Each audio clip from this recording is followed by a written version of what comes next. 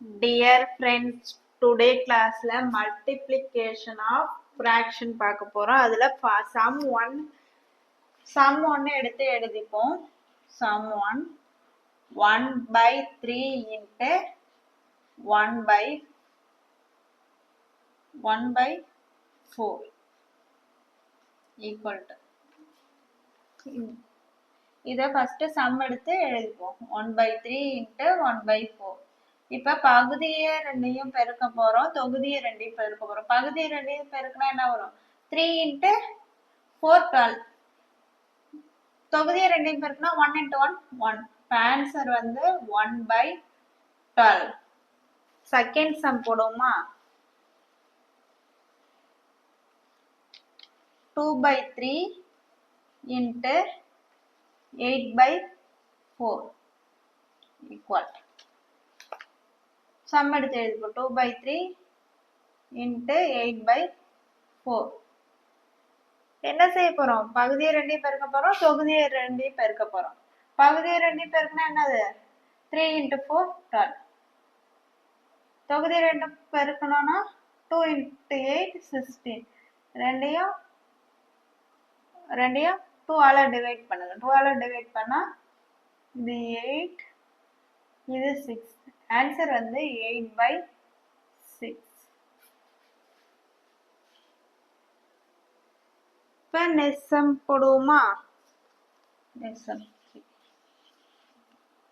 1 by 5 into 16 equal. இப்ப sum எடுத்து எழுதிப்போம். 1 by 5 into 16 by 1. பகுதியை ரெண்டையும் பெருக்கணும், தொகுதியை ரெண்டு. பகுதி ரெண்டையும் பெருக்கணும் என்ன வரும்? 5 into 1 5. தொகுதி ரெண்டையும் பெருக்கனா 1 into 16 16. ஆன்சர் வந்து 16 by 5.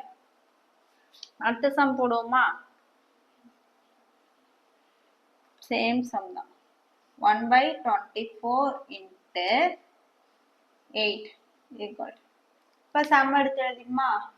1 by 24 into 8 by 1. பகுதி ரெண்டையும் பெருக்கணும், தொகுதி ரெண்டையும். 24 into 1 24.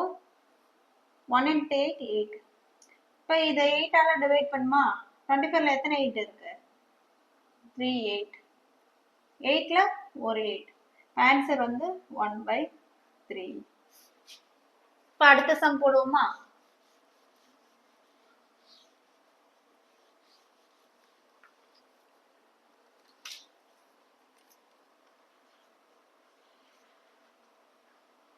One by 3 into 4 by 5.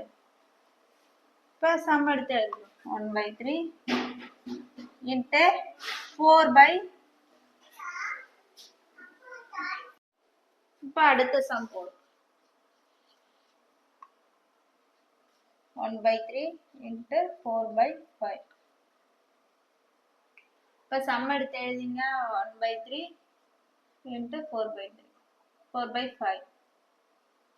இப்ப தொகுதி ரெண்டு பெருக்குனா என்ன வரும்? 3 into 5 15. பகுதி ரெண்டு பெருக்குனா என்ன வரும்? 1 into 4 4. Answer 4 by 15. எடுத்து எழுதிப்போம். 4 by 15. இந்த வீடியோவை லைக் பண்ணுங்க, ஷேர் பண்ணுங்க, கமெண்ட் பண்ணுங்க, சப்ஸ்கிரைப் பண்ணுங்க.